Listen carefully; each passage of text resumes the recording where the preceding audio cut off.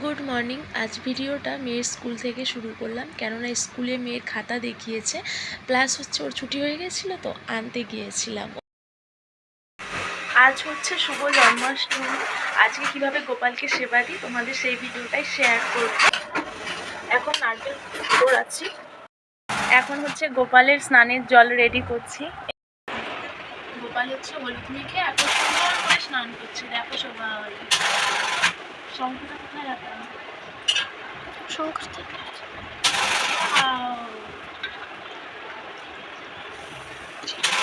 হরে কৃষ্ণ হরে কৃষ্ণ কৃষ্ণ কৃষ্ণ হরে রাম রাম রাম হরে। অনেক বার হয়ে যাচ্ছে আজকে স্নান, অনেকক্ষণ ধরে হয়ে যাচ্ছে। গোপালকে তুলে নিই এখন, বুকুর সাথে এখন মুছে নিই, ঠান্ডা লেগে যাবে। কি কিউট ফর্সা ফর্সা হয়ে গেছে।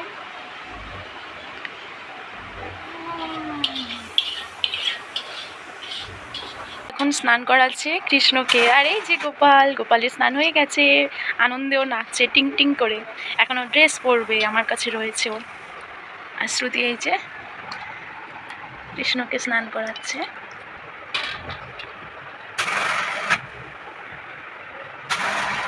কিউট লাগছে দেখতে। এখন আস্তে আস্তে আমরা সাজিয়ে দিচ্ছি। এই ড্রেসটা ওর জন্য নেওয়া হয়েছে।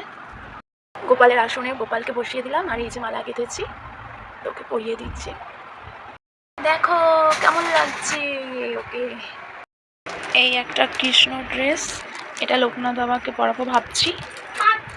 রাধার এই যে তিনটে ড্রেস কেনা হয়েছে, আর গোপালেরটা এই যে গোপালপুরে বসে আছে। কেমন লাগছে বলো? এখনও ঠাকুর ঠিকঠাক বসানো হয়নি, তো বসাবো, সবাইকে বসিয়ে নিই। এখনও মালা পরানো বাকি। দেখো আমার সব ঠাকুরকে বসানো হয়ে গেছে, আর শিব ঠাকুরকে এখন স্নান করিয়ে ফুল দিয়ে দিচ্ছি। আমাদের গপু কিন্তু হাসছে, দেখো খুব সুন্দর লাগছে দেখতে, সবাইকে ভালো লাগছে। তোমাদের কেমন লাগছে অবশ্যই বলবে। আজকে কিন্তু লোকনাথ বাবারও জন্মদিন। মেয়ে না বায়না করছিল আমাকে একটু সাজিয়ে দাও কৃষ্ণ সাজিয়ে দাও, তো সেই কারণে ওকে একটু দেখো সাজিয়ে দিয়েছি, আর দেখতে কিন্তু খুবই সুন্দর লাগছিল। আর আমি সাজবো, ও সাজবে না, এটা কি হয়? আর ও বলছে মাম্মাম তাহলে তুমিও আমি দুজনেই সাজি। তারপর কি করব, দুজনেই সাজি। আর এখানে গোপাল দেখো দোল খাচ্ছিল কিন্তু, আর মেয়ে এখানে কিছু ফটো তুলছিল, বলছে আমাকে ফটো তুলে দাও। বললাম ঠিক আছে চল, রিলস বানাবো বলে একটু সেজে গুজে নিলাম। দেখো কেমন লাগছে। এই যে শ্রুতি এখানে ঠাকুরকে চন্দন দিয়ে দিচ্ছে, আবার সাজিয়েছি হচ্ছে না, কেমন একটু কালারটা লাগছে।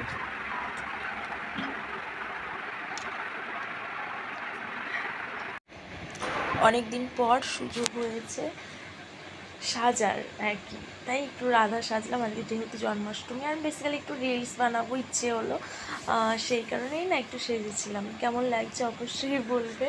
ঠিকঠাক হয়নি সাজটা, তবুও।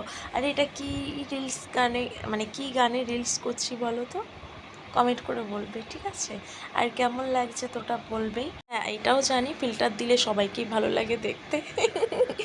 মজা করলাম, ওটা তো ন্যাচারাল, ফিল্টার তো দিতেই হবে। আর এখানে না আমি সন্ধেবেলার জন্য রেডি হচ্ছিলাম, অন্য একটা শাড়ি পরে নিয়েছিলাম, আর এই চুড়িদারের ওপর দিয়ে পরেছিলাম। এইসব ডিজিটাল টেকনিক কারা কারা অ্যাপ্লাই করো বলো তো? আমি এই যে করে ফেললাম, মানে শর্টকাটে, যতটা শর্টকাটে করা যায়।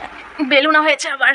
শ্রুতি লাস্টে দোকানে গিয়ে বেলুন পায়নি, বাড়ির সামনে দোকান থেকে নিয়ে এসছে। আর এই যে প্রসাদ করেছি, মানে করেছে সবাই মিলেই আর কি, কম বেশি হেল্প করেছি আমি।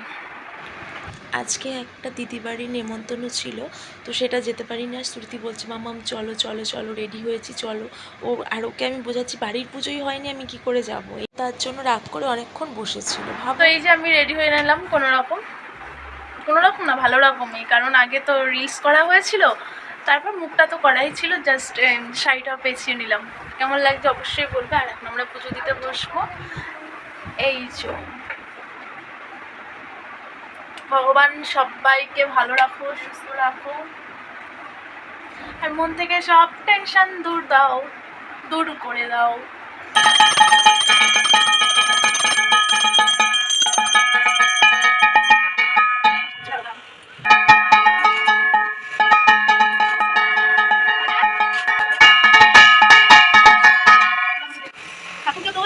পুজো দেওয়া হয়ে গেছে, আর বাইরে আমরা একটু অপেক্ষা করছিলাম, যেহেতু ঠাকুরঘর বন্ধ করে এসেছিলাম। বাইরে একটু ঘোরাঘুরি করছিলাম, ওরা দুষ্টুমি করছিল তো ওদের সাথেই ছিলাম। আর এই যে আমরা হচ্ছে এখন প্রসাদ খাচ্ছি, সবাই মিলে আমরা প্রসাদ খাওয়ালাম।